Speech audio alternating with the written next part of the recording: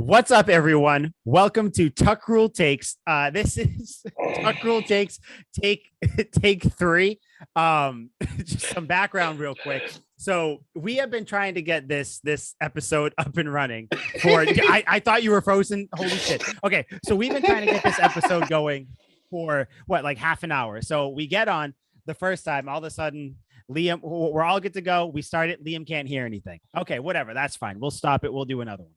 We do that. We do the next one. We're in the middle of talking. Liam freezes and he's frozen like he was playing the piano with like a stink. I don't know what was going on. I'm doing the stanky leg while on RuneScape. I'm like, that is exactly how it looked. But it appears, but now we are full, all systems go. Not only is Liam not frozen, but the headphones are in. We're working. You got the Kobe Bryant jersey on. R.I.P. Kobe Bryant, obviously. 2 years ago today, saddest fucking crazy, day of my life. Very crazy, right? To even think, I don't even know if I feel like it was longer or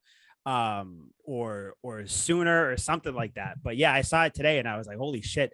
I remember when that happened too. Just a quick, we'll start episode 27, doing a quick little Kobe thing. So, kind of where were you when it happened? I was at work. I was selling cars at the time. I wasn't really doing much. I was just looking on my phone all day. Wasn't out trying to get customers. I think it was a Sunday. I believe it was a Sunday. So I looked at my phone. All of a sudden, Kobe Bryant, R.I.P. Kobe Bryant, this and that, all this stuff's going on, everything. They had all the weird false reports, all that stuff. But yeah, I ended up being not Kobe. Ridiculous. I ended up being the one that told people about Kobe, and it was the worst thing because I had to relive it every time I told someone. But yeah, it was horrible. It was one of those things. Like it's weird when it happens because like it's an athlete. Like I've never met him, but I was like, damn, that's like. It was just weird. It was one of those things where it was like that. It kind of took me back a little bit. Where were you? Remember where you were? The very spot on the highway. I know exactly where I was. Yep. I was coming back and all my friends knew me. I'm a huge basketball, huge football guy. Mm-hmm. Growing up, the reason I got into basketball was Allen Iverson. And I was a huge, Sixers, huge Allen Iverson guy growing up. And it was him against Kobe in the finals. And Kobe was always like the villain. And then as I got older, I was like, this guy's kind of sick. Realized that Kobe was my GOAT. At like the age of 9, I started to come around. And he would always play the Celtics in the finals. I was like, this guy's a dog. We keep trying to beat Kobe and he's getting us.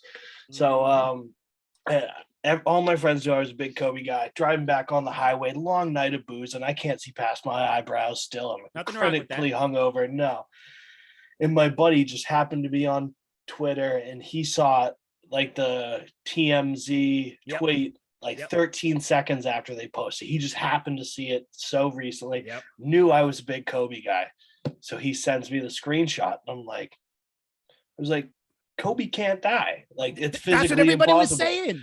I was like, he's Kobe. A superhuman. He's torn rotator cuffs, broken fingers, torn Achilles. He's shot still out there balling. Torn ACLs. Come exactly. On. So I'm like, no. I'm like, I've heard a bunch of fake death reports before from other, so and so. So I wasn't too worried about it. Obviously, though, I got to do my due diligence, hop on Google, nothing, hop on Twitter. I don't have a Twitter at this point. I'm just typing in Kobe Bryant Twitter and then looking to see what's trending. Nothing. I'm like, all right, like slightly worried. I call my buddy, my roommate. I'm like, hey, he's like, what? You were just here? I'm like, Kobe might have died, but I don't think he did. And he goes, hold on, I got to check this out. So he hangs up. And then all of a sudden, I refresh the Google page and right there, TMZ comes up with it. A bunch of other articles come up with it saying Kobe Bryant died in a helicopter accident. And immediately, when Kobe Bryant died, I was more sad than if most of my family members died. Like that fucking killed me. So I called my girlfriend at the time, now my ex-girlfriend, just hysterically crying, just like uncontrollably crying. She's like, what the hell's going on? I called a bunch of my friends. They were all clueless. I come home sobbing. My mom comes in. She's like, oh my God, who died? Thinking another one of my friends died in a motorcycle accident. I run up and hug her. I'm like, Kobe Bryant. She's like, who? She's like, Kobe died? Mom. I was on. devastated. No, she knows who he was. She was just like, why are you talking about Kobe Bryant? I was like, you're fucking dead. It was a terrible, terrible experience. And I've basically been depressed ever since. So. Yeah, so welcome to Tuck Rule Takes. That's the energy that we're bringing today. Death and despair. Speaking of death and despair, Patriots are not in the playoffs right now. So this is the first episode that we've done. Is a grim opening to an episode. This is probably the bleakest that we've done. But yeah, so Patriots aren't in there. Obviously, they are. They got bounced by those good old bad, nasty, no good, downright Bills. But there was still football. And Liam, I think you said this on the second take of our recording. I lose track. We had so many. This was a tremendous weekend of football, I would say. Stunning. Stress-free. Literally. Stress-free. Yeah, because like I talked about in the second take, every outcome that we wanted, we hoped for happened. We're like, hey, if these outcomes can line up, you wanted the Niners, I wanted the Rams. They both won.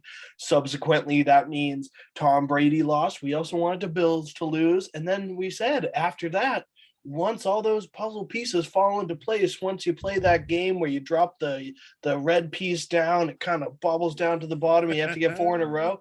Once you get that, then we got no worries, and now we watch the playoffs unscathed. No worry, no loss of years from stress. It's just all even keel from here. And they were stellar games on top of it. So it's beautiful. I mean, like you said, you did bring up the Bills. I did want to say it's too much time has passed. We shouldn't talk about the Bills anymore. That is beating a dead horse. That's what I've been told. It's relevant. I was told that we probably shouldn't talk about the Bills, but we're why probably going would to you rub it in the face of your enemies? But no. Why would we do that? Why would we do that? My God, the Bills fans are probably too busy at the zoo anyway. So what we are going to start with, though, I think it's only right. We normally start with Zoo Boy, you know who you are. We only start with Mac Jones when they play. Mac Jones has not played. We'll start with the I was gonna say most recent. I completely forgot the former horrible era of Cam Newton. So before that, it was our Tom Brady. Guys, ladies and gentlemen, Tom Brady no longer in the playoffs. He's out. Beautiful. He is out. Like you said, this was the weekend for Patriots fans and us too in particular. First and foremost, I wanted Tom Brady out. I don't want to deal with it. I don't want to deal with the look at this. He can win without Bill, blah, blah, blah. Hey, by the way, Tom Brady in divisional rounds, undefeated with Bill Belichick. Without Bill Belichick, he's 1-1. So I'm not saying that means anything. Proof but is in the pudding right there. Something. Yep, just do the math. That's all we're asking. Do the math. Yeah, that's it. Just look at the numbers, see what's going on, and just know Belichick made Brady. I know it. Liam knows it. You guys need to know it. But Brady is out, although I do want to send our thoughts, prayers, condolences to Tom Brady himself. Liam, I know you watched the game. I did. You saw when Von Miller really viciously I mean, he should have been thrown out of the game when he sacked Tom Brady, the golden boy, Tom Brady, and made Tom Brady bite his lip pretty hard. So hard, in fact, blood, Liam, blood all over his lip. Did you see it? Did you see the blood? I mean, how could I not? That was the real main focal point of the game. There's no place for some act of violence like that in a game as lovely as football, as widely watched as football. It is truly a disgrace to the game. You cannot be playing a non-contact sport like that. It's uncalled for, unnecessary. He should be burned at the stake for heresy. He should be. I'm actually I think I'll take it a step further. Not only should he be burned at the stake, I think he should be exiled from the NFL. You know how kind of to bring it up to the times, you know how Barry Bonds exiled from the NFL. This was his last year to get in the Hall of Fame, didn't get in for some reason. I get why, but come on, people. Like, do you though? Dumb. Is it the media? Is it because he was a dick to the media? No, the reason why is because of the whole steroids thing with Barry Bonds. See, but the thing that's is, what I thought too. But there's roids guys in the Hall of Fame. There's so many roids guys. They just and honestly, I'm a Red Sox fan. Look, you can't. Well, I got a picture up there. Tom Brady. Actually, I'll try to show it. Tom Brady. Well, you can't really see it. Tom Brady and David Ortiz. David Ortiz, by the way, got into the Hall of Fame. He was kind of did steroids, supposedly. Everybody said he's in there. So Barry Bonds not being in there is crazy. I said it on Twitter today. Baseball is the reason that baseball is not as big as baseball wants baseball to be. Baseball is holding itself back. But anyways, talking. But anyways, back to really probably the dirtiest player in the game, aside from maybe Mac Jones with the ankle grab. Of course, yeah. Von Miller, buddy, how dare you tackle Tom Brady up high? You can't tackle him down low. You can't tackle him up high. I don't know what they're supposed to do, but Tom Brady was bloodied Brady. That was the hashtag on Twitter. I just wanted to send thoughts and prayers out there because I know it was a vicious injury. Good news though, Tom. You'll have plenty of time to rehab that lip though in the offseason. In fact, maybe forever if he decides to make that big decision of his. Oh, there it is. So actually, yeah, that is a perfect segue. Almost like we've had this conversation before. Like 2 times. Yeah. So Tom Brady, I think, I don't remember if it was so much coming into this game. It kind of was here and there. They were saying he might retire. After the game, though, the last few days, people are kind of getting the vibes that Tom Brady's going to retire. Do you think that we've seen Tom Brady play his last NFL game, not just for the Bucs, but just forever? Is he gone? No, I don't think so. And I'm not a Tom Brady guy anymore, but I'm just kind of tired of buying his shit. Like everything he says, I'm going to play till I'm 50, blah, blah, blah. All this stupid stuff that he said since he left the Patriots and even toward the end of his Patriots stint. I'm just not buying it. He's been doing the same thing since like 2016. I remember when they beat the Rams in the Super Bowl, I was like, oh my God, Tom Brady's definitely gone now. And he kind of hinted to me, I don't know what my future lies. I got to talk with Giselle, blah, blah, blah. And like, I get it. It's a big decision. You got to think it over. Peyton Manning took like 2 months to decide. He was kind of hinting to it, but that was the first year that he had brought it up as a possibility and then took that time. Drew Brees was something similar too. With Tom Brady, it's like this is year like 4 or 5 going on of you being like, well, I don't know. Obviously he won the Super Bowl last year and he was pretty gung-ho that he was running it back. When you win the Super Bowl, unless you're going out in a blaze of glory like Ray Lewis and Peyton Manning and just calling it after that, like then obviously you're probably going to come back. He had the height of success in the sport, so he was definitely coming back. He wanted the back-to-back, didn't get it. Fuck you, Brady. But I just think we've seen this before. Gronk came out with a statement today where he's like, if they force me to decide today, it would be a no, but I'm going to think it over. He's just buying time to see what Tom wants. He's not going to he's not going to stick around if Tom leaves. What is Blaine Gabbert going to throw him the ball? The immortal Blaine Gabbert's going to solve all Tampa's problems? No. We know Gronk is waiting on Tom Brady. He went down to Tampa with him. He's waiting. Everything hinges on Tom Brady. It's, they got that buddy thing going on there. It's just, I've seen this before. I will not believe it until he retires. And I don't think he's got the sack to retire. I don't think he's got what it takes. If you're going to go out, you go out at the top of your game. If you're a winner like Tom Brady is, which he is, I'm not going to deny all the winning that he did for us. You go out at the top of your game. You don't just walk away when you were down 25 points, came back, and then lost by 3. That's no way that Tom Brady's should go out. That's not how his incredible storybook career ends. He's not going to retire. If he did, then he's a fraud. I mean, he's a fraud. All this stuff about how he's such a winner and all this stuff, to go out like this, like I get it. Family matters. You got to be with the kids. I can respect that. I understand it. I would understand it for any other player more so. But for Tom Brady, he's clearly put winning above his family.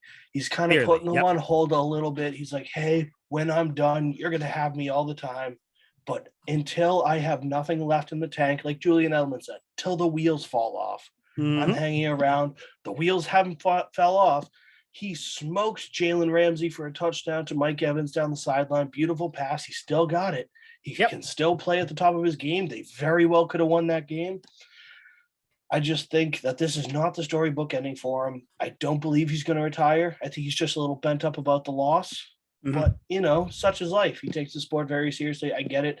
There is literally no scenario where I can see him retiring. I don't want to hear how he's mulling it over, and I hope he doesn't keep bringing it up over the next couple of months and makes us wait. I hope he just decides next week and fucking commits to it, because it's getting really dramatic. He's not retiring. I mean, I want to disagree with you because, again, I think it's good that, when we disagree on things, but yeah, I don't see it. I agree with you when you say, I don't want this to be dragged out. I don't want this to be a Brett Favre, will he, won't he type thing. God. Well, that went on. That went on for 5 years. He actually retired as a thing, and then he came out of retirement, retires again. No, I don't. A couple dick pics, then retires. I don't think Brady will do that or that. I think that never know what's in Giselle's. Well, I don't know. I don't know what the TB12 diet does to one's penis, but I don't know. I feel like can't imagine avocado ice cream is really building the girth down there. Shit's green down there. So it's like the Hulk's finger. I didn't think we'd be talking about Tom Brady's dick. I can't say I did either. But that was not in a topic of my notes. I was just looking through it. Yeah, I don't think so. But no, I don't think he retires. If anything, he comes back because he does still have one more year left on his contract, so he's not going anywhere. I think he comes back this next year coming up, 2022. This is his last year. I think regardless of anything, because if he wins it all, he's going to go out on top. If he doesn't win, and especially if it's another wild card exit or a division round exit or something like that, he's going to say, well, I don't have it anymore. I suck. Yeah. His words, I'm going to play till I suck. He's going to be like, I don't have it. So I think even that would be a better ending. If he was like, hey, I don't have it anymore, I'm not contributing to winning, then, hey, it's respectable. Walk away if you're no longer contributing and helping your teammates. Mm-hmm. Yeah. And I mean, I think that's what he does. He plays out this contract. I think he'll be 45, I believe, next year. Yeah, so, which is his goal. During he this said year, that was the forever. Yep. Until he reached 50, but whatever. Yeah. So I mean, that's it. I think next year is his year. Brady fans, some Patriots fans, everybody kind of prepare yourselves for that. Tom Brady is going to be gone. I think right now, Liam, we are in the midst of really the changing of the guard in the NFL. You have teams like the Bengals, the Titans, you got the players like Kyler Murray coming up. I don't really believe in Kyler Murray, but a lot of people do. You just have a lot of young players coming up. And I think Tom Brady is kind of the last one. I think you're going to start to see a lot more parity at the top, who goes to the Super Bowl. Because other than Patrick Mahomes, there's really no. There's Ben Roethlisberger's gone. Aaron Rodgers is probably going to leave Green Bay. Who knows where he's going to go? Drew Brees is gone. Obviously, we'll talk more about the Saints in a second. But everybody, all the old heads are kind of gone. You're kind of looking at your Herberts, your Mac Jones, your Burrows, your Mahomes, even Lamar Jackson too. Zach Wilson, if you want to throw him in there, you can throw in all the other guys drafted this year. I wouldn't, but Mac Jones in there. That's about it. Oh yeah, no, I put Mac Jones in there because Mac Jones is getting disrespected a lot right now. Oh my God. But yeah, I think Brady comes back. I think this is his last year, 2022, and then it's kind of an all out. It's no longer going to be who plays Tom Brady in the Super Bowl. It's going to be who knows who plays in the Super Bowl. One team though that is not going to play him in the Super Bowl, the Buffalo Bills. I told you we were going to talk about it. I know. There's a lot of hurt Bills fans out there, and I feel your pain. I kind of want to address you all specifically. Bills Mafia, you're very cool fan base, very easy to get behind. A couple years ago, I liked you. You guys were the new kids on the block. My team sucked. So I was like, I gotta, I can't be depressed all the time. I gotta like somebody. Bills fans, you guys have to understand something, okay? I know that you haven't been at the top for long. It's really only been 2 years, one COVID year. So you can really just say 1 year if you want to. You guys are going to have to understand that your team is going to get shit talked when you lose. You are going to get shit talked when you lose. It's a part of being a fan. But guess what, guys? It's never personal. Liam, it's never personal. Ever. I'm never coming at specifically. Now, of course, I might say, hey, we got to sacrifice a dozen Bills fans for the Patriots to win. It's all in good fun. I'm not actually going to sacrifice you. I mean, I would, but I'm not going to. I would, but yes. It's not 100%. It's nothing personal. Okay. So Bills fans, I hope Stephon Diggs once again sat there and watched the Chiefs celebrate. That seems to be his thing that he likes doing. Hey, everyone's got their thing. Some people like to watch from the corner. Some people like to watch from the field. Whatever. Hey, we do not kink shame here. That's Stephon Diggs' thing. That's what he wants to do. More power to him. But go for the trifecta next year, my friend. Go ahead. Yeah, because they're not getting past old my homeboy. I'm telling you, they're not going to get past Mahomes. And honestly, their division, people are just forgetting because of how the season ended for the Patriots. People are just immediately already counting the Patriots out, which is fine if that's what you want to do. I'm not going to do it because I do think that Mac Jones is going to be a very good quarterback in this league. But Bills fans, at the very least, you'll always have that 7 straight, drives scoring a touchdown against the Patriots, against a rookie quarterback at home for you. You'll always have that. Little victories. Yeah, I mean, that's really all you can take when you kind of get bounced from the playoffs. You got to take, little victories. I mean, when you got a lead with 13 seconds to go, you figure it's in the bag, but 13 seconds, and unless there is 1 second on the clock, even then I still have my doubts. It's too much time for old my homeboy. He proved that. I was watching the game with my family. For some reason, they all wanted the Bills. They're like, oh, it's over. The Bills could go to the Super Bowl. And they're all like starting to cheer and they're happy. And I'm just kind of looking around the room. I'm like, there's 13 seconds. Like, my homeboy could read a book, have a cup of tea, invite his family for tea, and still complete this drive, get a field goal, send it to overtime. And sure enough, that's exactly what happened. 3 timeouts, right? They had, I think, 2 or 3 timeouts. Yep. I think it was 2. I think 2, right? Okay, yeah, 2. But I mean, it doesn't matter. But like friggin', it's just like you said, it's all in good fun. There's no hard feelings. I'm sure you feel very, the feelings are quite hard for Bills fans right now, but I don't give a shit about your franchise. I don't really give a shit about your feelings. So that sucks. I hope you're sad, because I was sad. I was sad a week ago when the Patriots were down, or 2 weeks ago when the Patriots lost. Depressed. And terrible. Like I carved Mac Jones' name in my wrist, but like that's part of life. And you get up, you dust yourself off, you tell yourself you're going to hit the gym the next day, and you don't. You just power through life. It's just one of those things. Like, I don't feel bad because everyone has to go through it. And you are the idiots that follow a cursed franchise. You're following. You might as well. You're in the same category with Lions fans, Browns fans, Vikings fans. You're just snake bitten. You're cursed. Good things can happen to you, like the Minnesota Miracle happened to the Vikings. Good things can happen, but in the end, the planets don't align for you. It's just not meant to be. You're not going to win. If you can't win when you go to 4 straight Super Bowls, you can't win ever. It's science. It's just, there's a force field around that trophy, and you cannot penetrate that force field. And that sucks for you. I don't feel bad one bit, but that sucks. The Patriots clearly, if anything, they have a long, nice hallway, decently lit, that they can just kind of stroll down, grab that trophy. Not for you guys. No, there's lasers and booby traps and darts that shoot out of the wall, and you cannot get to that trophy. That sucks. Such is life.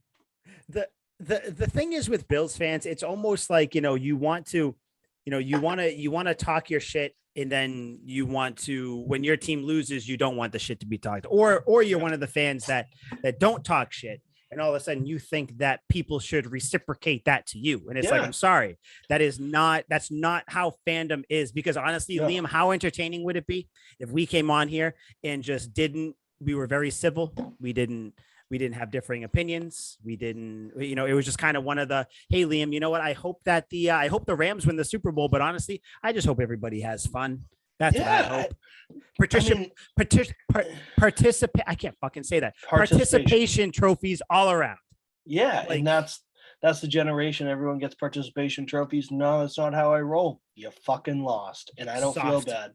And I'm not going to reciprocate those feelings. If you're a respectful fan to me, more power to you. You're the bigger man. I'm going to be the small. I'm going to be the petty man. Very angry, and I'm going to be rude. And that's life. Tom Petty. We are going to be Tom Petty. Damn right. Because guess what? The whole point of being a fan, I think we say this like once every couple of weeks. You're a fanatic. You're not going to be civil and like, oh my God, I hope everybody has fun. Good game, high five, slap asses, play grab ass, tummy sticks, come root for my team. That's not how it's going to be. And that actually, I know that this was something that we've been seeing a lot with some Patriots fans. Do you, what do you think is worse? And then we'll kind of discuss. I think we're both going to have the same answer here. As a Patriots fan, do you think it's worse for Patriots fans to be outwardly rooting for Tom Brady or to be rooting for the Bills? Oh, making me choose between the better of two evils here. It's like, do you want to drown to death, or do you want to be lit on fire and die? It's like, exactly. They both sound terrible. I mean, the same destination either way. I'm going to hell. Yeah. I mean, I guess you root for Tom Brady. It's like, because at least I stay. I want to disagree with you so bad. It's like I stay loyal to players. I like players. As somebody who supports the Eagles, when LaShawn McCoy went to the Bills, I love LaShawn McCoy. When he had his 3 best seasons on the Bills and not the Eagles, was I pissed? Very much so. Was I happy for him that he was killing it? Yes. Did I want any success for the team? No, because I don't like the team. I like LaShawn. I wanted every game him to rush for 200 yards, 3 touchdowns, and then them to lose by like a field goal, because then it's not his fault. They still lose. I just, at some point, like, you follow the players. I get it. Other than that, like, I can't jive with you liking a rival. It's uncalled for. It's unseemly, unbecoming, other unwords that I don't know. Unfathomable. Yes. It's just, I couldn't even imagine it. I don't root for the enemy. No. And I think that's what it comes down to, because at least with Brady, he was here before. So, and again, I'm still not, now I'm not saying like I'm picking if I'm going to root for Brady or the Bills. We're kind of, like you said, we're picking what is less bad. Yeah, like what I don't do either. I hate them both. Exactly. So what is more acceptable? I'm more willing to accept people rooting for Tom Brady because there is still that attachment. Maybe not for us, not till he retires at least, which will be next year. But it's just I can't. Okay. I can't for the life of me figure out why Patriots fans would root for the Bills. And in the few reasons I've gotten, Liam, I know you've probably seen them too. The main one I always see is, oh, well, you know what? Yeah, sure. They beat us out of the playoffs, but if you're going to lose, you want to lose to the championship winning team. No, not really, because guess what? The loss still sucks. Doesn't make me feel better. No, and then it gets me thinking, like, wow, if we beat them, could we have gone all the way type deal? Like, exactly. It's exactly annoying. So that's a crap reason. And then you have the other one where it's like, oh, well, you know what? I got friends who are Bills fans, Josh Allen's cool. He's fine. I mean, there's really nobody on the Bills that I like, to be honest. Like, I don't think anybody on there really has any redeeming qualities at all. I hate their coach. So I don't care if my best friend was a Bills fan. I'd still be like, hey, buddy, I hope your team loses. So I don't get that either. So I don't, it's very weird. It, like you said, it's in this day and age where people, it's almost like you try to be so not personal or like, so like civil and not, it's almost like people are afraid to root for teams outwardly because they don't want like the conference. Yeah, I don't know what it is. Don't root for the Bills. Ruffle feathers. Yes, you're afraid to ruffle feathers. You don't like the chaos. I don't know what it is. Don't root for your rivals. Like, I'm not going to, like, Liam, okay, playoffs. Celtics lose to the Sixers. Are you going to go on rooting for the Sixers? Are you fucking? Oh, that was a bad example. They're from Philly. You son of a bitch. Okay. I don't know. The Heat. Let's say the Heat. Let's say the Heat beat the Celtics. No, yeah, I can't. Okay. No, I mean, no, because I love. I can't do this with you. The thing is, I love Pat Riley. I love him. I think he's a stud. Pick a team, Liam. Pick a team. Okay, but like, I mean, the Wizards. Like, no, I'm not rooting for the Wizards by any means. I'm not even rooting for the Heat because I used to hate the Heat when they had LeBron and all that and whatnot. I hated the Heat. So it's just like one of those things. It's kind of tough because I'm a players guy. I like players. I like GMs. I like stuff like that. Yeah. So that's why I like some of these teams. But I don't root for the team. I root for the guy that I like to have success. But no, I'm not gonna steer into the skid and really like the team that beats me. No, because then that gets me thinking too much. Like, what if we had gone forward? What if we had beat this team? Blah, blah, blah. Especially if they go to the championship. I'm like, well, the next series and the next game, that was manageable for us. We could have done that. And it gets me thinking, and it gets into hypotheticals, and it all gets so jumbled up and dirty. It's no, and I don't want that, because like you said, I think that's the main thing. Say we beat the Bills, and then it's like, but say the Bills went on to win the Super Bowl, which they didn't, because by the way, the Bills are no longer in the playoffs. They did get eliminated by the Chiefs. Say they went to the Super Bowl. You have that in the back of your head, like, holy shit, if we beat the Bills, like maybe we could have gone there. But I don't get that. And I mean, make no mistake about it, guys. The Bills deserve to lose that game. I see people saying they deserve to win, though. Actually, this is something we haven't, I don't think you and I have spoken about, the overtime rules with the Bills in the Chiefs, and actually just in general, but just this game in particular. Chiefs had 13 seconds. They tied it up. Bills left too much time on the clock. Chiefs get the coin toss in overtime, go down the field, score a touchdown. Did you see the outcry, the bitching about, oh my God, this isn't fair. Josh Allen didn't even get to touch the ball. What's going on? How did this happen? How does the NFL let this happen? Blah, blah, blah. What are your thoughts on the overtime rules? I mean, I'm an old school fan where I started watching a while ago. I remember when it was just a field goal. All you had to do was get a field goal. Yeah, which means if you have Justin Tucker, all you have to do is cross the midfield line First and then you win. Almost. So like exactly. And then that's unseemly. It doesn't make for good TV. And then that's definitely one of those things where it's like the better team might not have won there. So I didn't like those rules. I'm a fan of the touchdown rule. I don't think it's that egregious as most people think. Chiefs fans hated it when the Patriots won with a Sonny Michel rushing touchdown to send them out of the playoffs a couple of years ago. Yeah, and now all of a sudden they love the rule. So it all depends on who's the winner and who's the loser. You're going to get a bigger outcry from if a larger fan base loses. And I think it's the last 20 overtime games. Only like 7 of them have won on their first touchdown. It comes to like 21% or so have won on their first touchdown. Every other time, you still have to drive basically the length of the field. It's still hard to score a touchdown, or else every game would be like 56, 52 score. Exactly. And that's not fun, like necessarily. No. Sure, it's fun to see, but yeah, like I think that you could implement the college rules, which is like it starts at the 25 or something like that, and each team has a crack at it. I love the college rules, but that's college. It just makes for entertainment. Yeah, it makes for it's a completely different game then. It just makes for entertainment for the fans, the casual fans, not so much the diehard ones. But I just think you could do that. I wouldn't hate it. But the touchdown rule is fine. It's like, stop them. Because then, God damn it, if you stop them, all you have to do is get a field goal. That's all it is. Then get a touchdown. Just stop them. So the whole thing with people saying, oh, both sides need to touch the ball and all that. Okay, cool. So let me just play out this scenario for you, because I've been thinking about this. In fact, go to couchguysports.com. I wrote an article why the NFL overtime rules do not need to be changed. Couchguysports.com. Check it out. Mike Sullivan, Liam McDade, type in Tuck Rule Takes, whatever you want. You can see us all there. Anyways, you go down there. So say this game is played where both teams touch the ball, right?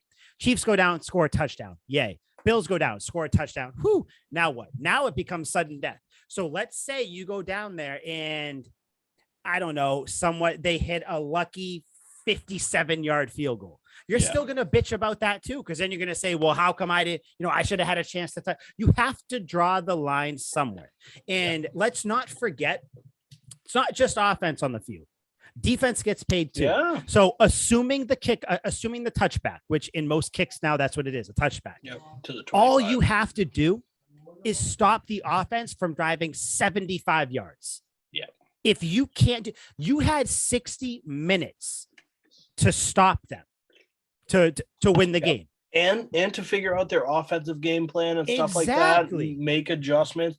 You have a break in between the fourth quarter and overtime where your coach can be like, hey, they're killing us with this. Just we're going to focus on this overtime or something like that. There's multiple different ways where teams could scheme and try and stop it. It's one of those things where they're just catering to the offense. Like the modern NFL, it's all about offense. It's all about points. It's not about defense. At some point, you gotta, You just gotta play draw the line. defense. Yeah. Like, what are you doing? Because at some point, if you can't stop, the way I see it, you have 60 minutes to win the game. If you don't win the game, you aren't just owed an extra chance. People want the NFL to be fair. People want life to be fair. That's what's going on. It's not fair. So you're playing overtime, different rules, because it's no longer your regulation football. It's overtime. It's high stakes. That's why people love overtime. That's why people love shootouts in hockey. So it comes down to, you have to make a stop on defense. One stop. That's it. One stop, give your offense the ball, let them drive down, and then all they have to do is kick a field goal. If you can't stop a team once going 75 yards after you've played them, like you said, all game. So you're kind of used to what they're running. Even if you can't stop it, at least you're used to it. If you can't stop a team one time from going 75 yards, maybe 70 yards if they return the kick, that's on you. Okay. I don't think the rules don't have to change just because you're upset that the Bills didn't win, or people, the other thing. Well, they robbed us of the fun. They robbed us of the fun of watching, Josh Allen and Patrick Mahomes go at it again. I'm sorry. We're not going to change the rules because you want more fun. Because at the end of the day, this is a sport. This is a game. There's consequences, winners, losers, all that. You don't get How about this? If it's tied at the end of regulation, both teams win. And then it's a three-way game in the divisional or in the AFC Championship game. Like, enough of this. I get that you guys are upset, Bills fan, and not even really Bills fans, just people that didn't want to see the Chiefs win. You have to draw the line somewhere, like you said. And sure, you can say that both teams get the ball, but then when both teams score, you're going to have the same thing. It's going to be like, you should have at least given me a chance. Like, no, it's that's like not how it is. Shootouts in hockey, like when it's going down, it's just one guy on the goalie. What are you just going to take away the goalie? Like, it's getting so ridiculous now. It's silly. Why are you doing this just for viewers? We get it. You want entertainment. You want more football. We gave you an extra regular season game and whatnot. They're just trying to make it a completely different sport. And they're trying to do that across all four big sports. They want a 4-point line in basketball and whatnot. It's always, please no. You get it, you love it, and then after a while you get used to it and you're like, this isn't enough anymore. Especially if it happens to your team and your team loses in overtime, you're like, I've been wrong. But then there are plenty of times where the overtime rules work out well and they do exactly what they're supposed to. And this will be a segue into the next segment, but when Drew Brees, and this still hurts to talk about, segments. Damn right we do. Drew Brees was robbed of that obvious pass interference call when he threw it to Tommy Lee. I always want to say Tommy Lee Jones, but I think it was Tommy Lee Lewis. No. Yeah, it definitely wasn't Tommy Lee Jones. Tommy Lee Jones. He certainly wasn't catching shit. No. Throws it out. Tommy Lee Lewis got bodied before the hit. That was an egregious no call. They ended up kicking a field goal, going to overtime, and then Drew Brees gets the ball in overtime. Everyone's like, this is his chance to make the amendment. Throws a egregious pick to Johnson, the safety, who falls back and catches it. And then the Rams end up kicking a field goal and winning it because they couldn't do anything in overtime. They got an extra chance, and yes, they got robbed because they should have just got a touchdown on that drive and ended it. But they still had another chance. They still screwed it up. They didn't really get that robbed in that sense where it's like they had another chance and they screwed it up. So sometimes it works out. Sometimes it doesn't. If you're on the losing side, that's the way it is, and accept that some other team's going to get screwed by it another time. Exactly. It sucks, but guess what? That's sports. That's just like our little thing we just said about Bills fans. Listen, when you lose, you lose. It sucks, but guess what? It's a part of it. Like you can't legislate all of the unfairness out of a sport. Like you simply cannot do it. So yeah, I did want to get your take on that because I know that was one thing that we haven't talked about. So, I mean, kind of no surprise. We were thinking kind of the same way about it, but yeah. So either way though, Bills fans, you're out of the playoffs. See you next year. By the way, Bills fans, you're going to have to realize how it is when you do well. Your entire coaching staff is about to get poached. You got your offensive coordinator who's leaving. You got the guy who you thought was going to take over for him, who's probably going to leave as well. So we'll see how the Bills are next year when they have some turnover at coaching and it's not all, Josh Allen just throwing deep bombs and stuff and all that. God, I can't wait for them to suck. They are and you know what? I'll say it right now because before we talk about the Saints, I just want to say Mac Jones is going to win a Super Bowl before Josh Allen. I think. I like it. I mean, I think it seems bold right now, but it's not unfathomable for me to think like that. No, it's not, because people just forget how good Mac Jones was just because of the last few games. You know, it's recency bias. Just like people saying that the Chiefs and Bills game was the greatest game they've ever seen. No, it wasn't. It was a good game, very good game, but not the greatest game in the history of the NFL. But people forget about Mac Jones when people are talking about AFC quarterbacks and teams. Who gets brought up? Burrow, Herbert, Lamar Jackson, what's the name? Dipsy Doo, Josh Allen, Patrick Mahomes. Yep. No one brings up Mac Jones. And it's just because two things. One, because of that horrible performance or that horrible game against the Bills in the wild card round, and because he's on the Patriots. Because let's not forget, the league still does not like the Patriots. Like, no. I don't care. There's I know still a huge part of the country that hates us. Every team says, "Oh, they don't like us." Blah blah blah. No, hey, we have proof that the league and the country does not like the Patriots. So hate us because you ain't us. Exactly. That's what it comes down to. So I do think Mac Jones is going to win a Super Bowl before Josh Allen. And like you said, it might sound like a hot take. I don't think it's a hot take at all. So that's that though. But I think it's bold. I don't think it's a hot take, but exactly. Yeah. Yeah. It's just one of those things. It's a hot take would be what WEEI local Boston radio said, that Davis Mills, Titans quarterback, would have given you the same amount of wins as Mac Jones. No, absolutely not. And he played fine, but like he wasn't bad or good. Yeah, he was fine. This goes back to what we talked about last week with that, with the whole Mac Jones was ready to see because he didn't have game-winning drives. People like, they get in their head, these media or wannabe media members, and it's almost like they just say things just to say them. And I don't get it, because a lot of the people at the Sports Hub are ridiculous anyway. Like those Felger and Maz guys, they're not even Boston fans. Like, they're truly ridiculous to listen to. No. Felger likes the Packers. So that's like, it's 98.5. It's both of them. It's both of them. 98.5, 93.7 WEI, both of them. They all suck. They all do the same thing. They're your typical radio show hosts who just throw out things. And what sucks about that, on that radio station that said Davis Mills would do that, Christian Fourier is on that. Christian Fourier, let me remind you, Patriots tight end. Stud, Super Bowl He's winner. on that too. And he's out there either agreeing or too afraid to disagree with them. And it's just, what are you doing? Like, stop with these dumb takes. Davis Mills is not taking the Patriots to 10 wins. I'm sorry. He's just not doing it. Taking them to 5 wins. Oh, he's not. It's just ridiculous. People just see the production. That's just like the people that say that Aaron Rodgers would have a dozen Super Bowl wins with Bill Belichick. And it's like, you can't just take someone and put them on someone else and think everything's going to be the same. Like, so if you take, I think there's some merit to that, but maybe he would have more. Yeah, I mean, Aaron Rodgers would definitely have more Super Bowls than he has now if he was with Belichick. Yeah. But he'd probably get like 3, maybe 3 or 4.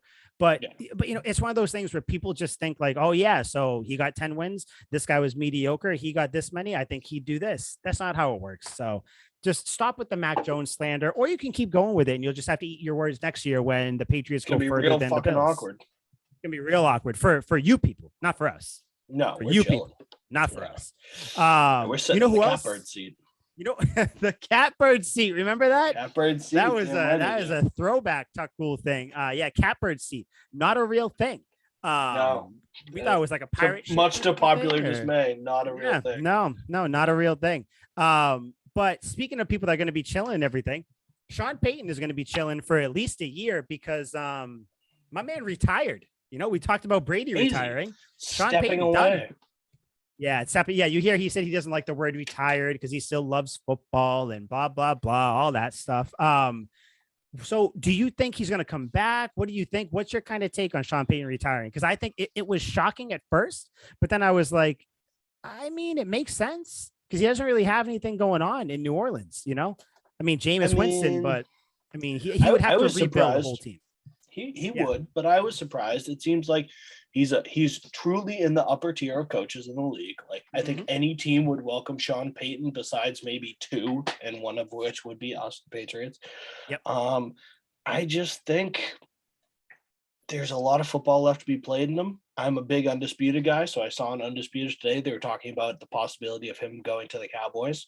If he does, Undisputed. then he'll be. It's really good. I love it.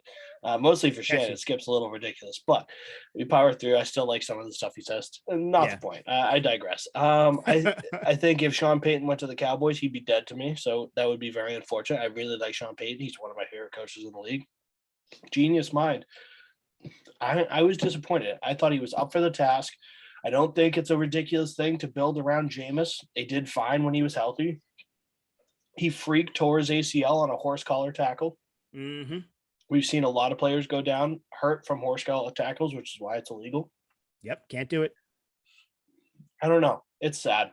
If I was a Saints fan, I'd feel like really pissed because like you lose your Hall of Fame quarterback, you lose your Hall of Fame coach. It would be like if Bill Belichick retired when Tom Brady left. What would we be doing right now? We'd be fucking lost. Oh, we'd be dead.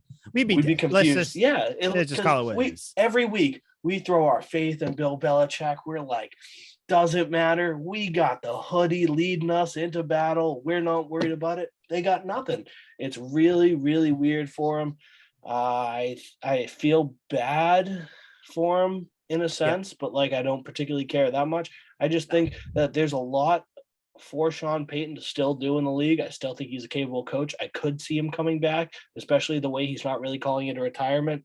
But then he goes on his presser and talks about everything that's happened in his career. He goes down memory lane, and the way he's talking, it seems like it's pretty finalized. So it'd be a shame to see him leave with so much coaching left to do, so much left on the table. But hey, more power to him. He's made plenty of money. I'm sure he's got a great life outside of football that he can relax and unwind to. He looks strikingly like Kenny Chesney. So if he wants to go down to Mexico and live the boat life, riding around, listening to tunes, it's kind of freaky. But I just think, he'd be welcome any other team. And at some point, another team's going to offer him a big deal. I would imagine he gets back. He's still under contract with New Orleans for 2 years, I believe. So maybe he goes back there, but it seems far-fetched if he left the situation. So I'm not exactly sure what to make of the whole thing. It's weird. Do you think maybe he's doing the thing where he doesn't want to be a part of a rebuild? Just like Aaron Rodgers said, he doesn't want to be a part of a rebuild. Do you think that maybe he's retiring? He's pulling a Gronk in a way where he's taking the year off. He's not saying he's retiring because he wants to get those calls. He wants to get those calls from the Lions, the Jets, or what, just throwing out random teams, just like things like that, where they kind of reach out like, hey, do you want to come back and everything like that? Because I do think that he'll be back. I think he's going to take a year off, and I think he'll come back to whatever. I don't know. Maybe the Browns get a new coach in 2022. I don't know what's going on with their coach. I know their team is a dumpster fire. I feel terrible for him if he went there. I think he very well could come back. I would like to see it. I just I think it would need to be with the right team, the right situation. Definitely. Do you now? I too am somewhat a fan of the Saints, and really one of the main reasons because the Saints and the Patriots have always had like a bond over their hatred for Roger Goodell. That's kind of been the thing, I know when it was Deflategate or around that time, the Saints kind of stood with the Patriots, and they had like a big big billboard or whatever near their stadium, kind of defending the Pats and all that stuff. So Saints, Sean Payton, all that. You ain't cheating, you aren't trying. They do, spoiler alert: every team is cheating somehow. So, but I don't know. I think he takes the year off. He'll come back and coach a team. I'd have no idea what team because I don't know what coaching vacancies are going to be available. I don't care enough about all these other piss poor coaches to know what their contract situations are and what they're doing. But assuming that the Saints are kind of in a full on rebuild, they're probably going to want to get rid of some players and everything, I would assume. So one thing that I saw floated out there today that I wanted to bring up to you, this guy didn't play. Michael Thomas did not play this season. I think he tore his ACL. Something happened. Would you be open to the Saints trading Michael Thomas to the Patriots, or Michael Thomas somehow getting to the Patriots? Because it's being floated around. And I have this contract info pulled up, but just kind of first thoughts, just name, team recognition. Would you want that? I don't know how you feel about Michael Thomas. I mean, You might as well ask me if I'd like Jesus Christ Superstar on my team. I love Michael Thomas. I have been saying even this year that when he was hurt, I was one of those idiots that drafted him late in fantasy because I was like, Yeah. I don't know if he's going to come back, but if he does, he's a big baller. He is textbook big baller. This guy, stellar touchdown numbers, maybe a little biased because he had arguably the greatest quarterback ever throwing to him, and in a high octane offense led by Sean Payton, who's Very a great high, coach. very, very high octane. Crazy. Yep. But the volume of catches he got for that steady, I think it was a 3 to 4 year stretch where he was healthy and constantly putting it together. His numbers are insane. The receptions are there. He's not a burner. He's not going to blow you over the top. He's not a Deshaun Jackson type deal. But the touchdowns, the receptions, he is, in my opinion, when he's healthy and playing, the best wide receiver in the league. And I'm a big Devontae Adams guy, a huge DeAndre Hopkins guy. I love them. At some point, I said it was DeAndre Hopkins. Then for this year, I was like, Devontae Adams takes the title. But when Michael Thomas is healthy and playing and has a good quarterback, he is the best wide receiver in the league. His numbers are stellar compared to anyone else's. Goddamn, off that 4 year stretch, he's basically a Hall of Famer. I absolutely would love Michael Thomas, especially with him thriving at short routes, catching everything in sight. You could throw it behind him, in front of him, above him, below him. You could throw it through him. He will catch it on the other side of his impaled corpse. This guy cannot help but catch the football. You throw a brick off a skyscraper, he can catch this thing. I would love him suiting up in red, white, and blue. So, Michael Thomas right now.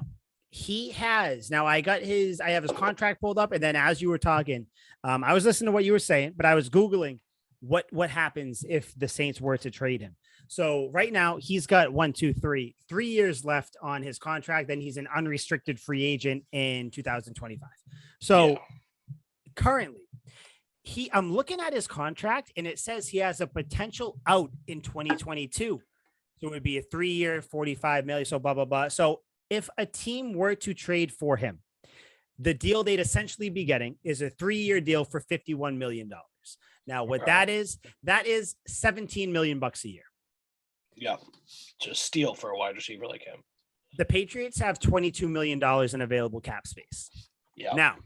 Now, plenty of different ways you can do this. We've seen Belichick do plenty of different fancy financial footwork here. He can extend people. He can trade people if he wants. Nelson Aguilar, I know it's going to pain you, but Nelson Aguilar, if they did want to trade him, I think that frees up like $8 million bucks. If Michael Thomas comes here, I think Nelson Aguilar is gone.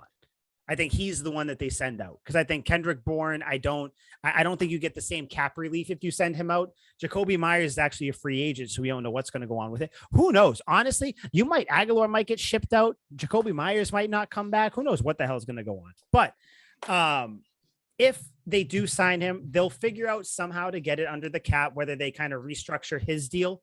You know, they can convert a lot of his cap to a signing bonus. And I don't want to get too nerdy with people. But Robert Kraft could pay him off the books too. He's got big bags. He could just be like, hey, this isn't on the salary, but you're getting this morning. Robert Kraft isn't getting those massages anymore. So, he's got some extra money hanging around. So who knows? But Michael Thomas, since we're talking about receivers, since we don't really have any many Patriots topics to talk about, there's a couple other receivers that are rumored to be available. Tell me which one you would want more. We'll say Michael Thomas, DK Metcalf from the Seahawks, Calvin Ridley from the Falcons, or Amari Cooper from the Cowboys, who is the most expensive out of the four. Well, I definitely don't want the most expensive one. Yeah, me neither. He basically, in my eyes, he died years ago. Like injury prone as well. Yeah, and not good. I just think he's definitely ruled out. He's not even an option. I love DK Metcalf, but he comes and goes with his consistency and whatnot. Maybe it was just a bad year in Seattle for him and the team in general because they weren't very good. But I didn't like what I saw from Metcalf this year. Long stretches of games, no touchdown. Who is the other name on that list? Calvin Ridley. Calvin Ridley. That's a great one. I love Calvin Ridley. He has to get out of Atlanta too. I know everyone in the Couch Guy group chat was blowing up. They really wanted Calvin Ridley on the team. He would be great. They were yelling at me. They were yelling at me in the Couch Guy group chat. Kind of some inside Couch Guy. If you saw that, because I guess what the Falcons can do, his year might toll over, which means since he was on the IR, he took himself out.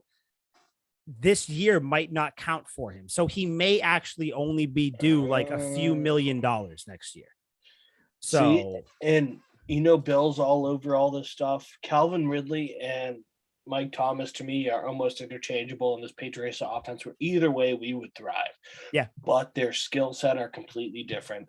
They're different kind of players. Calvin Ridley's more of a deep threat, more of like possession receiver type deal. Michael Thomas is just going to catch that ball. Like he's going to they called him slant boy for a reason. It's a lot of short routes. And then after he's killed you, after you have died from a million paper cuts, then he'll run a deep route on you and get like 50 yards. But he's not going to burn you for a touchdown. But he's a much better receiver, much better hands. I'd obviously much rather have Michael Thomas, but they're both great. And the Patriots need a number one receiver like that. I think that's the big, focus through Patriots media is everyone wants a big number one receiver, a new shiny weapon for Mac Jones to throw the football to.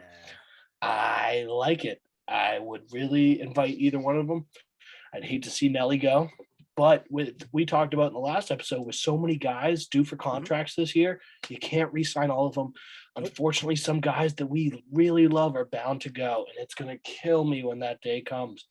But it'll be a blessing in disguise because we could make room for guys like this. And the Patriots have never been shy about pulling trigger on guys to help the team. Randy Moss, Ocho Cinco, even though it didn't work out. Yep, we go. And Wes Welker wasn't even a big signing, but like they will go and get guys that are kind of big names that are a little troubled. They got Albert Hainsworth, who didn't work out. Ocho Cinco didn't work out, but they will go and get these guys. Corey Dillon was a crazy son of a signing. bitch. I was just going to say Corey Dillon. Huge signing. Yep. So it's like Bill is not shy about going to get guys like this. He pays attention to everyone else in the league. I would absolutely adore either one of them on the Patriots, preferably Mike Thomas. I think Mike Thomas is actually kind of older. I think he's almost 30 now, if I remember correctly. But even still, I believe he could be playing at an extremely high level till at least 34. 28. Okay, so even better. I think you play at a high level to at least 34. So that gives him a connection with a young quarterback who can consistently get him the ball for the next couple of years. It's a stable situation, which you're not exactly getting in New Orleans now. If I'm Mike Thomas, New Orleans is the best case scenario for me, besides maybe Seattle. And even then, it's a little suspect with Russell Wilson trade rumors. What are you going to go to the Giants? No wide receiver caught a touchdown for him this year, so you're not going there. Wild stat. Or I don't know if it was no wide receiver. It was only a couple. They only had like a handful, I think it was. Yeah, but Kenny Golladay didn't catch one. Neither did Kadarius Toney. None of their new addition guys anyway. Nope. The 2017 Chiefs did not throw a touchdown to wide receivers. I remember because my man Jeremy Maclin was on that team, didn't catch a single fucking touchdown that year. But it was because of check down Alex Smith. It wasn't Eagles curse. Eagles curse. No, definitely wasn't it because he was big ball. That's definitely not it. But I mean, I'd love that. Like I can't speak enough about it. Just picturing Michael Thomas in a Patriots uniform. I'm in a puddle. I'm ready. So Michael Thomas is who you want. Out of those, I'm not even going to say 4. I'm just going to say out of 3 because we're not going to count Amari Cooper. I think he's due like $26 million or something like that. DK Metcalf, even that would be cool because then you're righting the wrong that you did with N'Keal Harry. Poetic justice. Yeah. So that's actually what I was going to say. DK Metcalf, he's only due to get $1.5 million. Yeah. I think if you're the Patriots, you can fit any of them under the cap. Calvin Ridley, like just under 12 million if the year doesn't toll over or whatever. Still not crazy. Michael Thomas, 17 million. Not a crazy thing. You can adjust the numbers a little bit. Maybe the Saints take some of that salary as well. DK Metcalf is the most cost efficient one. But the thing is, you're going to have to give up a good amount to get him. Yeah. What would you say if the Patriots gave up their 20? Are they 23? Is that the pick they are right now? Yes. 21st, 21st is, yeah. So say, what if they traded their first round pick for DK Metcalf? I mean, Obviously, I don't think that there's a single fine with player in that, the right? draft that you could get that's better than DK Metcalf. I'd Exactly. trade this year's first and next year's first for Michael Thomas too. Like, I'm not so spent Mhm. on draft capital like that. I'm not really a Mike Ditka. Especially I not don't that. It's a weird, it's a weird like time to be drafting too. Yeah. That Oh, late but 100%. early, it's weird. Yeah. Yeah, It's and strange. normally if you're not picking in like the front half of the first round, you're not really getting great value on your pick. Mhm. But then you got to think, why would these teams take this pick either for this guy unless they're disgruntled and they want out? Which is why I think Michael Thomas is the most realistic scenario. I think he looks at it and goes, my Hall of Fame quarterback's gone. My Hall of Fame coach is gone. My quarterback, threw 30 picks in a season. I don't know if I like what's going on here. I want out. I don't think DK Metcalf is going to leave when he's got Russell Wilson, who is a great quarterback. Amari Cooper, Yeah. I don't even want him, but he's probably trapped in Dallas as well.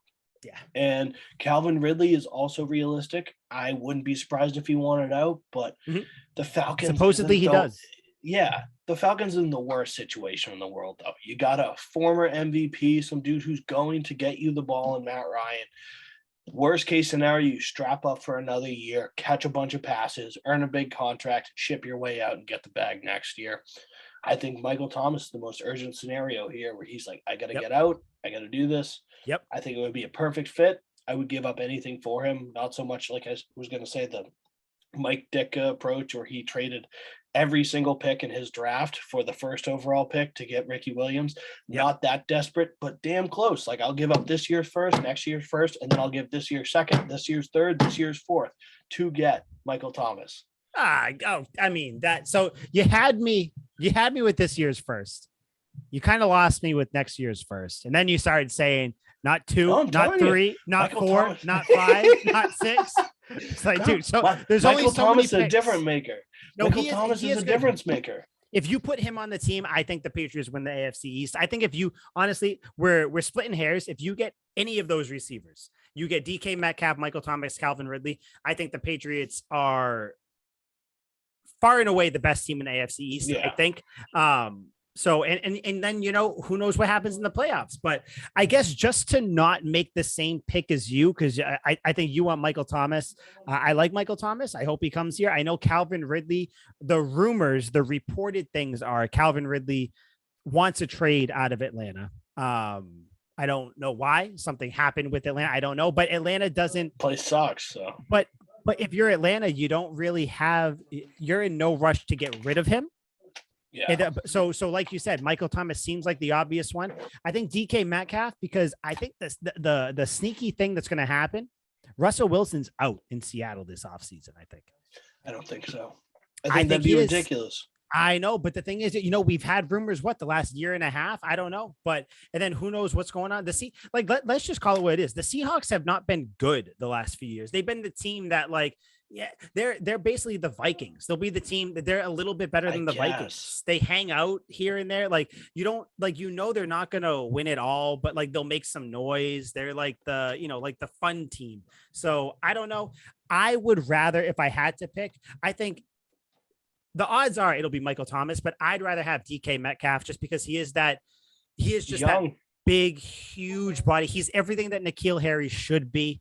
I think maybe you just do N'Keal Harry for DK Metcalf straight up. Sounds like a fair trade to me. Gotta think who says no. I don't know, but either way, I think that kind of brings us into the bigger thing. Do you think the Patriots are going to make a move at wide receiver? And we'll kind of, as we go on, I think the next few episodes, I want to kind of break down different positions, what you think they should do with this position. Should they hold on it? What do you think? But just a little teaser. Do you think the Patriots should make a move and get one of these guys if they can? If it means giving up Nelson Aguilar, which it probably will. Or Jacoby Myers, because Jacoby Myers might not come back. Okay. Well, if it means a sign and trade for Jacoby Myers type deal, yeah, I could get around that. It would hurt real bad to give up Nelly. That would hurt my soul, hurt everything in me. Yep. Obviously, for Michael Thomas, I probably would. For DK Metcalf and Calvin Ridley, I guess I would, probably would. I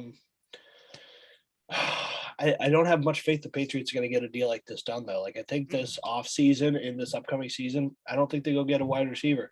I think this is one of those things where the media wants it. The media hypes it up. They say our only need is a wide receiver. This is all we need. You get Mac and OBJ.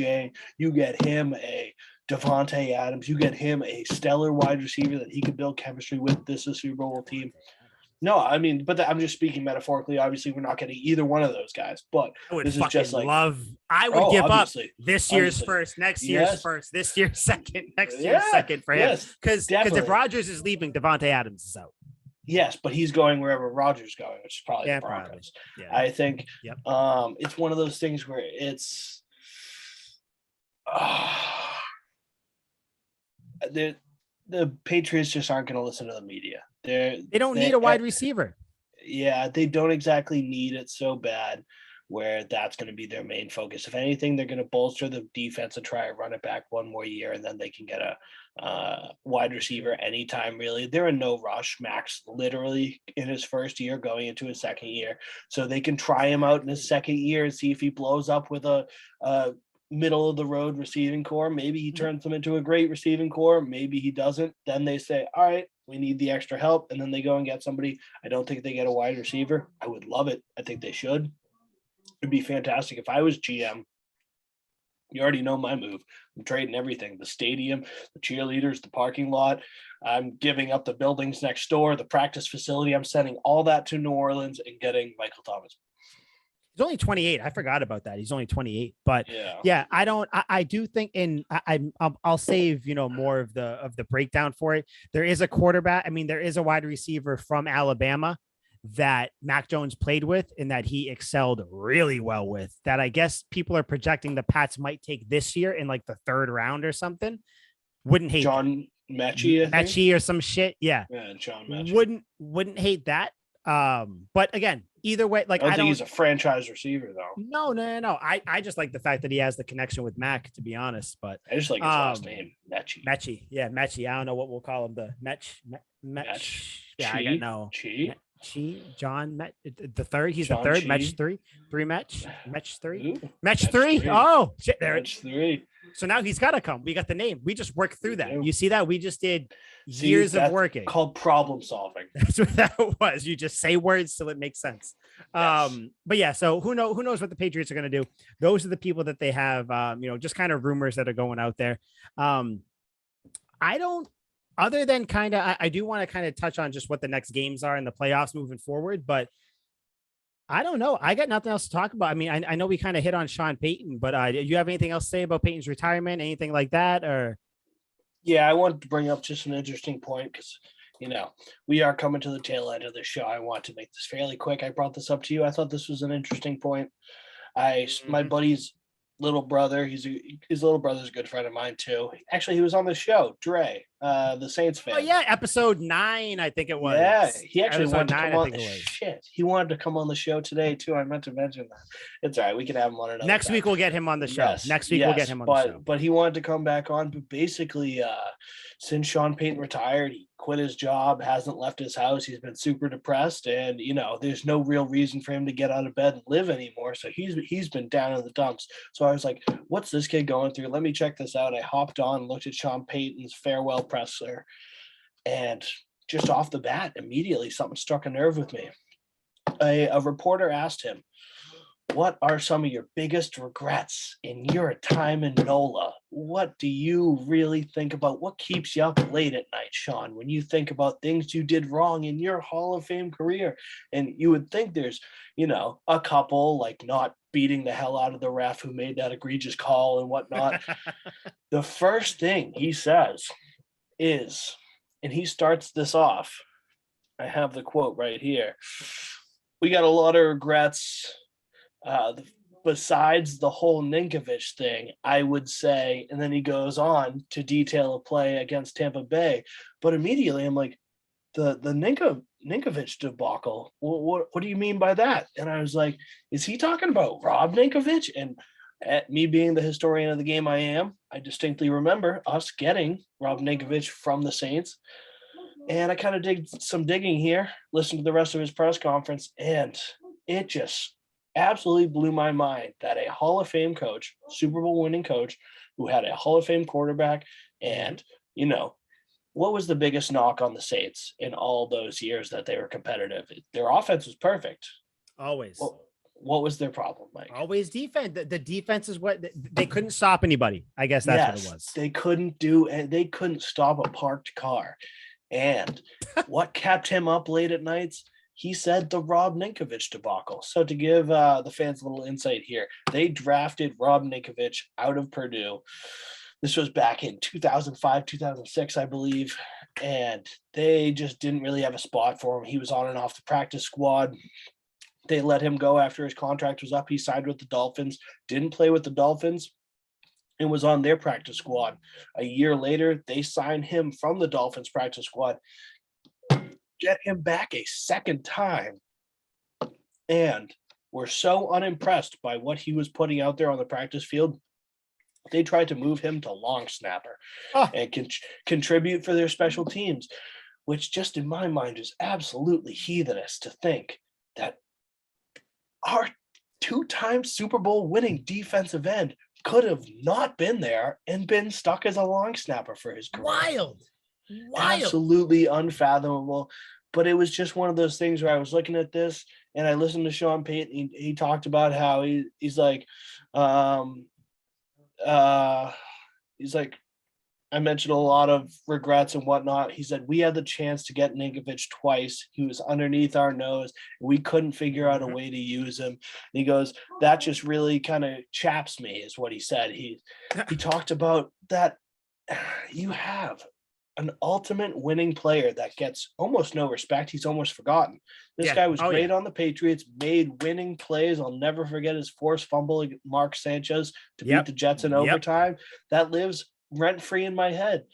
And other teams look at this guy that's forgotten by fans and was just kind of another piece in a great machine that was the Patriots defense. He looks at that guy and goes, wow, I screwed that up. He goes, I had him not once but twice. The second time around, I thought he was so useless, I tried to make him a special teams long snapper, not even like a gunner, not even a useful position, just a long snapper. And I realized that it's so crazy the talent the Patriots have and how other teams must look at the Patriots' talent and go, wow, that's a guy right there. And if I had him, I'd be able to do something with him. Sean Payton said, and it's somewhere in here, I don't want to pull up the quote because then I'll get lost trying to read it. He talked about how every time he saw Ninkovich get a sack for New England, they'd play a game, they'd get to the hotel, he'd throw in highlights from a game. He said every time he saw Rob Ninkovich get a sack, he would just cringe. He's like, just get pissed. He's like, I could have had that. We literally had him twice. I could have had him for basically nothing. I signed him from a practice squad the second time. I could have paid this dude $1,500 to do this. And that must be so frustrating. It's just, what do you think about all this? Because I was so befuddled. I don't. So as you were talking there, because I wanted to see, because Rob Ninkovich, one of my favorite players. It's my wife's, I think, probably the wife's second favorite player, something like that. It's an obscure favorite. I love it. I've actually worn the shirt that has Ninkovich on the back on this podcast. Rob Ninkovich, by the way, he ended up 454 tackles. Did you hear Siri just yell at me from my watch? Yeah, she's telling you to shut the fuck up. Shit. That scared the hell. I thought there was somebody in the window again. So he had almost over 450 tackles, 55 tackles for loss, 88 QB hits, all that out of a long snapper, apparently, according to Sean. Yeah. Hey, I think, wow. And I wanna come up with the list, and I didn't do it in time because we kind of talked about this real quick before the podcast, but think of all the players that Bill Belichick has taken from other teams where those teams haven't had any use for that player, or they just didn't see the value in them, or players that have been on the Patriots. Belichick gets the use out of them. He trades them and then they do nothing. Yeah. Players like that. I think Rob Ninkovich has to be top 3, and I don't even know who the other 2 are. I just don't know enough. So I don't want to say Welker. He was only a special teamer for the Chargers and Dolphins. And the only time Wes Welker would show up was against the Patriots. But you have players like that. I mean, I don't know. I mean, I know Trey Flowers a few years ago, they sent him over to the Lions. He's had some injury issues though. I don't know. I mean, actually, if you want to say Matt Judon comes over here and plays really Yeah, well, but Kyle Van Noy is a big one as well. But I got one. Who? And he didn't do nothing after his Patriots career. Didn't do nothing. He never fumbled once in his career. Don't tell me what position? Running back. And a weird number at that. Unusual Ridley? number. Nope. Unusual number for a running back. Right before Stephen Ridley. This guy was went to the Super Bowl. Ben Jarvis Green Ellis. Ben Jarvis, the law firm. Motherfucker. Yes. We are going deep into the archives for that. Holy Ben Jarvis. He went to the Bengals after, and he was the starter over Gio Bernard and kind of phased Never out. would have known that he went there. Never would have known. Yeah. He just but he never fumbled. Never once fumbled the ball. That dude never let go of the rock. Ben Jarvis Green Ellis. What a fucking name to pull out for this podcast. To love him. And that when I was reading this, that was the first thing that I thought it was. Damn, I miss BJGE. Holy shit, BJGE. Yeah. Holy shit. That's a name. But it's players like that, though, that Belichick will get or use and send off. It just goes to show. And yeah, I know people are sick of hearing it, but Belichick puts you in the best position to succeed. Jamie Collins is another one. Whenever he's with the Patriots, he produces. He goes to other teams. He doesn't really. Or he goes to the Browns. He doesn't really. The Browns are a dumpster fire, so can't really blame him. But not his fault. I think that's not so much a detriment against Sean Payton. To me, that's almost like a backhanded, or like a backdoor compliment to Belichick, because Belichick's pulling these players in that are going to be whatever long snappers by a coach that we both agree is a top tier coach. But Belichick takes him and makes him a cult hero in New England. It shows there's levels to this. Like Sean Payton, who's a Hall of Fame coach, like you said, he's a great coach. Couldn't see what this guy could do with Bill Belichick, whether it was the system that made Ninkovich succeed, or maybe Bill taught him, this is what you should be doing. Or maybe he just progressed naturally on his own. It's hard to say. But the guy in New England was clearly not the guy in New Orleans. If they couldn't see anything that they liked from him in game and in the practice facility, and then all of a sudden he becomes one of the most integral parts. Like if we're talking about those Super Bowls, early ones, like against the Seahawks, and who was it after the Seahawks? There's so many. Was it the Falcons? He's still here for the Falcons one. Was he here for the Falcons? Yeah, he retired after the Falcons one, after that year. Yes. Yeah. So he was there for those two. And it's like, he's, in my mind, one of the 5 most important players on that defense. Yeah. Oh, yeah. Of course he was here for the Falcons. He made a play again. I'm such a fucking idiot. He was. He was here for the Falcons. Yeah. Yeah, he was a part of that defense, because I think it was him and Hightower were on the same side, I think, of that line when the lineman took Ninkovich and then Hightower went around or something like that to make the sack on Ryan. He doesn't always have to make the big play, but he's always involved. He doesn't have to make the big play. And guess what? That's why all you assholes saying that Matthew Judon should be sent away because he kind of disappeared the last few games. You don't get your head out of the stats, okay? Yeah. Stats are for nerds. Bill Belichick Stats are for nerds. Stats are for nerds. Okay, get out of here with that stuff. Because if you want to talk nerds and lockers, if you want to talk about stats, Bill Belichick has more Super Bowls without Tom Brady than Tom Brady has without Bill Belichick. So if you want to get into stats, I'll shove them in your face and then up your ass. So whatever you want to do, I'm down to do it. So I thought that stat was just crazy. It kind of blew my mind. I remember texting you. I used the metaphor where it's like, all right, this dude went to the gold mine, went to mine gold in the valley and came up empty. He was mining gold in this valley and found nothing. So he goes back to his hut that he built on the side of the river, and he's bathing himself in that river.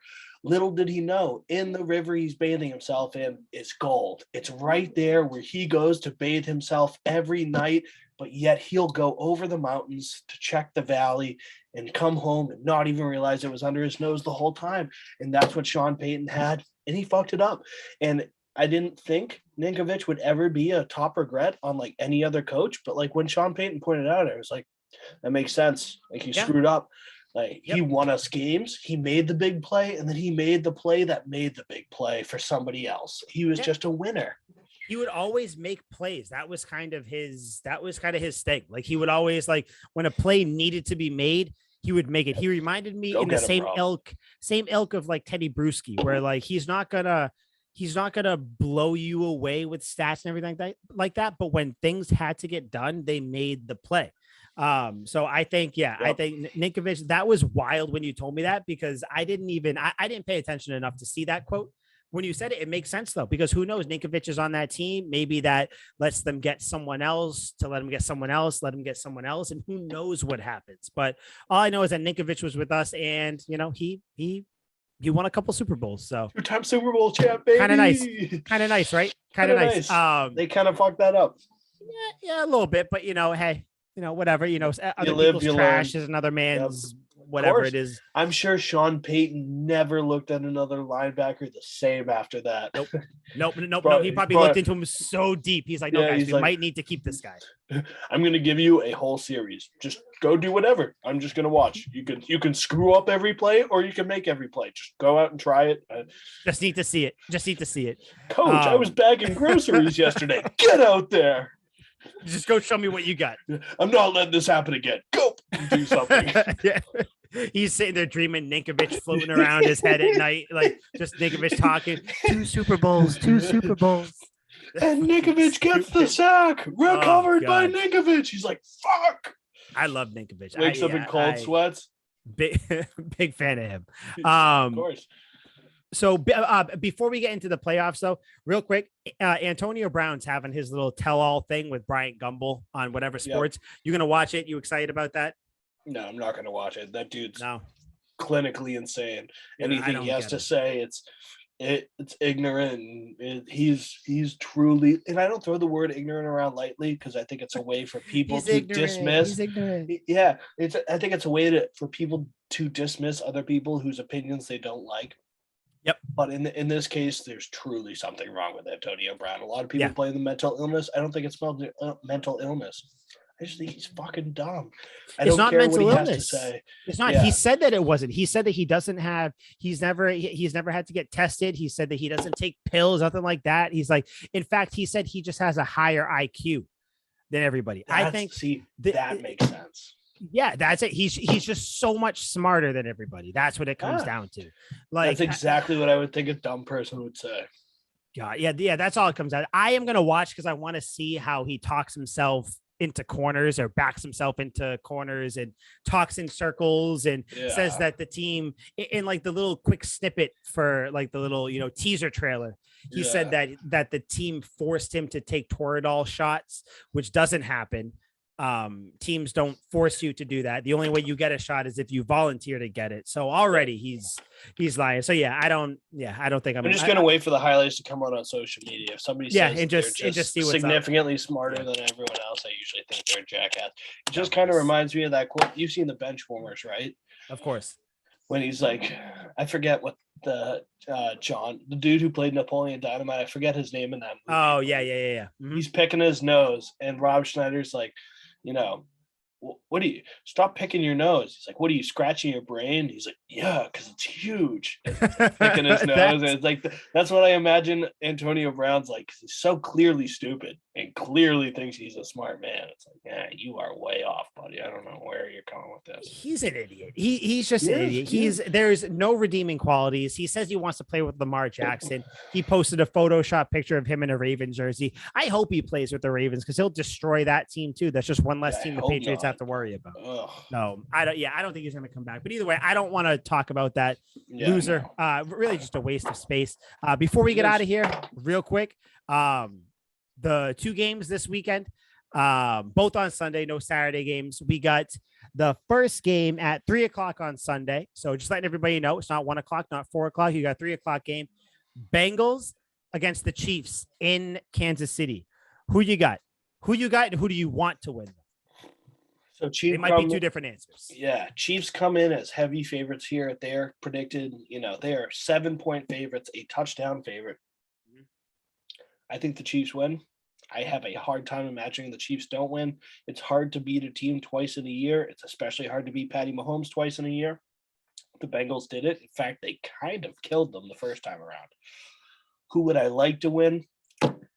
Goddamn, I like an underdog story. I love Joe Burrow. I think he's a big baller. I love his swag. I love how he smokes cigars with his legs crossed.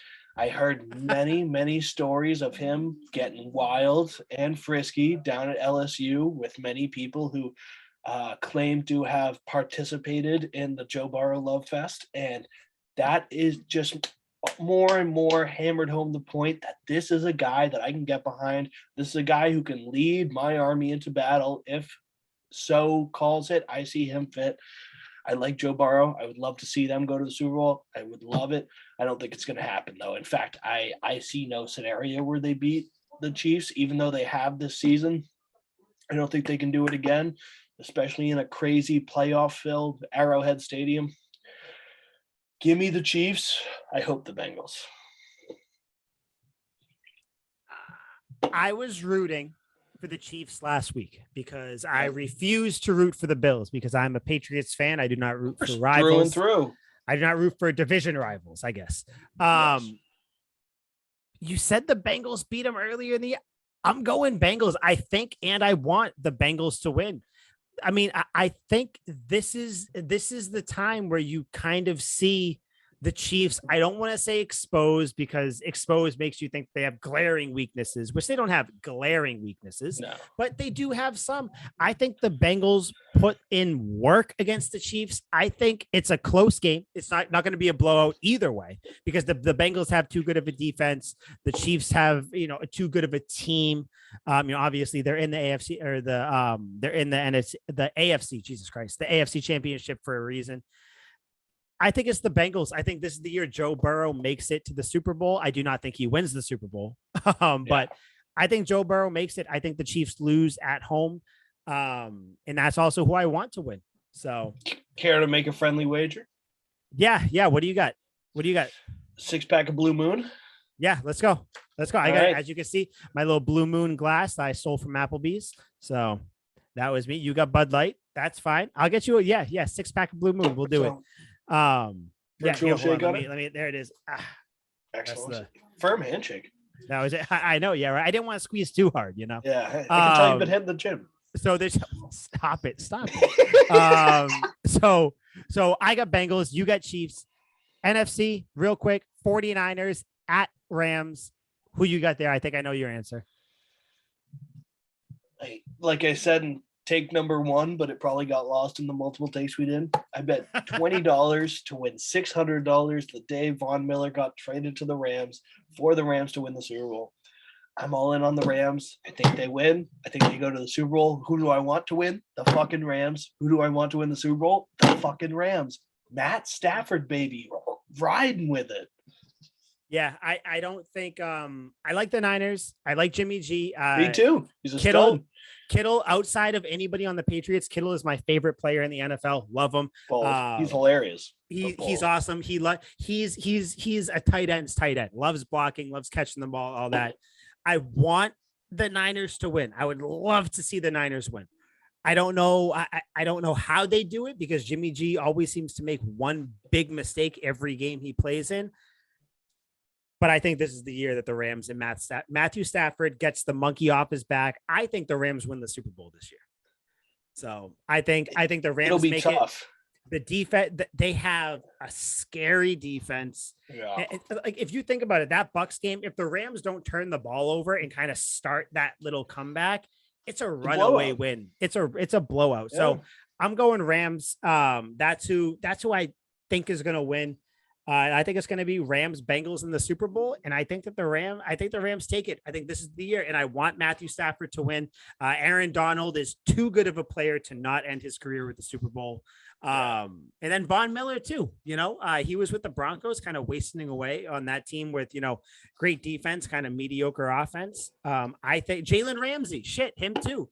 Fuck, dude, they got a good defense now that I'm listing off their players. And the real superstar of that defense, right before the playoffs. They pulled him out of a 2-year retirement. They re-signed Eric Weddle. Love Eric Weddle. And I want my him to go with thing the is, Patriots. Yeah, any Yep. team that has Eric Weddle instantly has success. If we're talking about, I don't care if you sign him at the age of 50. This guy is a baller, a Yep. superstar, and a playmaker. And he laid the wood on Mike Evans in the last game. Absolutely decapitated him on the sideline. When they threw the penalty flag and they were hoping to get and then they picked it up. They picked it up because they were like, the refs all got together and they were like, all right, well, that was obviously egregious, but you saw Eric Weddle made that hit. They're all like, yeah.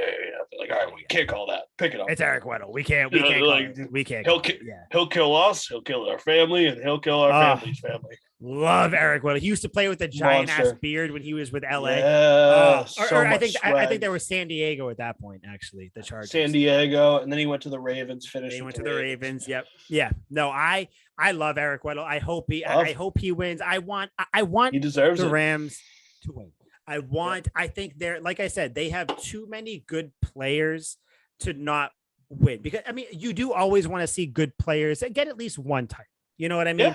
Yeah. Like it's just, like the fact that Dan Marino never won, that sucks. The fact that it took John Elway so long to win, he should have won more before. That reminds me. Did you ever see Dan Marino's last game ever? No, but it wasn't good though, right? Because I remember Nick Wright was talking about how he was going to make, or Josh Allen's game was going to be like or someone's game was going to be like Dan Marino. Ben Roethlisberger was going to have a game similar to Dan Marino's last game. It was not good is a very, very conservative way to describe that. What happened? I don't remember. A downright dumpster fire. He threw like 4 picks. They were against the Jags in the playoffs in like 98 or 99, and they destroyed them. I got to look up the final score of this game quickly because it was a bloodbath. Dan Marino couldn't do anything right. No, I didn't know that. Because I knew that he look up the highlights. It's truly hilarious. I remember watching it. Oh God, what was it? Yeah. This is so bad. Oh my God, the final score. 62-7. Dude, he got cracked in the 1999 divisional playoffs.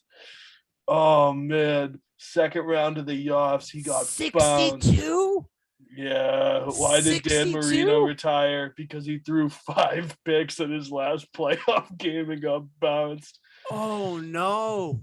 No! Yeah, it was really bad. 62-7. Oh. Okay, so Jesus. Yeah, he threw for 95 yards, 2 fumbles, 4 picks. His first pass was a pick 6. His last pass wait. So he threw for under 100 yards. He had 2 fumbles, 4 picks. His first pass was a pick 6. His last pass was a pick 6. I mean, what are we? What? I didn't know it was that bad. Bloody. I remember watching because I was a huge Fred Taylor guy, and Fred Taylor had like 3 touchdowns. Oh yeah, everybody loved Fred Taylor. Yeah, monster. But former Patriot too. Former Patriot, great. Yeah. No. He had 6 turnovers just to himself, and he gave the other team 2. Oh, he gave them more than just 2 touchdowns. Those are just the ones that went immediately for touchdowns. I think all the other turnovers went for touchdowns. Did he play the whole game? Nah, I hope not. So he didn't play odds are he didn't play the whole game, and he still threw 4 picks into. I think the backup threw a pick too. Oh no. Yeah, go and watch the highlights, dude. It was bloody. I don't know if I want to. I don't want to get really more. gross. That sounds depressing. Jacksonville led 38-0 at the half. Sounds like the Patriots game against the Bills. Yeah, kinda. Oh no. Oh no. Okay, so, well, R.I.P. Dan Marino's career. That sucks. sucks. So, but anyways, though. So I got. I got Bengals. You got Chiefs. We're both riding the Rams. I think. Yeah, I think the Rams make it all. sure. I think the Rams win it all this year. Other than that, though, this was the first offseason episode of Tuck Rule Takes. Was Felt weird. No Patriots game to talk about, but definitely does. we will. I figured we will keep. We'll just keep it going. You know, as long as the season's going on, and then I'm assuming in the Yep. off season there'll still be shit to talk about. So, you know, we'll kind of turn into more of an NFL or kind of like we did today, more of like an NFL wide type of a podcast. So, Yeah. you know, we're not going anywhere. Just like Mac Jones and the Certainly Patriots, not. they're I not would going wither anywhere. away to nothing without seeing this beautiful face weekly. So I'm ready. I'll be on here. Let's keep the party Stop rolling. it. Keep this train going. Maybe next time we'll get it first take. You know, in the first take, we won't have to, you know, record, stop. Let's Maybe hope so, I don't anyway. know. Who knows? Yep. Who knows? I'll light my laptop on fire, see if that helps. So, all right, but yeah. So next week, I don't know. Maybe we'll have a guest. Maybe not. Who knows what the hell happens? But anyways, though, Mike Sullivan. This is Tuck Rule Takes. Liam McDade over there. R.I.P. Kobe Bryant. That's it. We out. Sweet beat.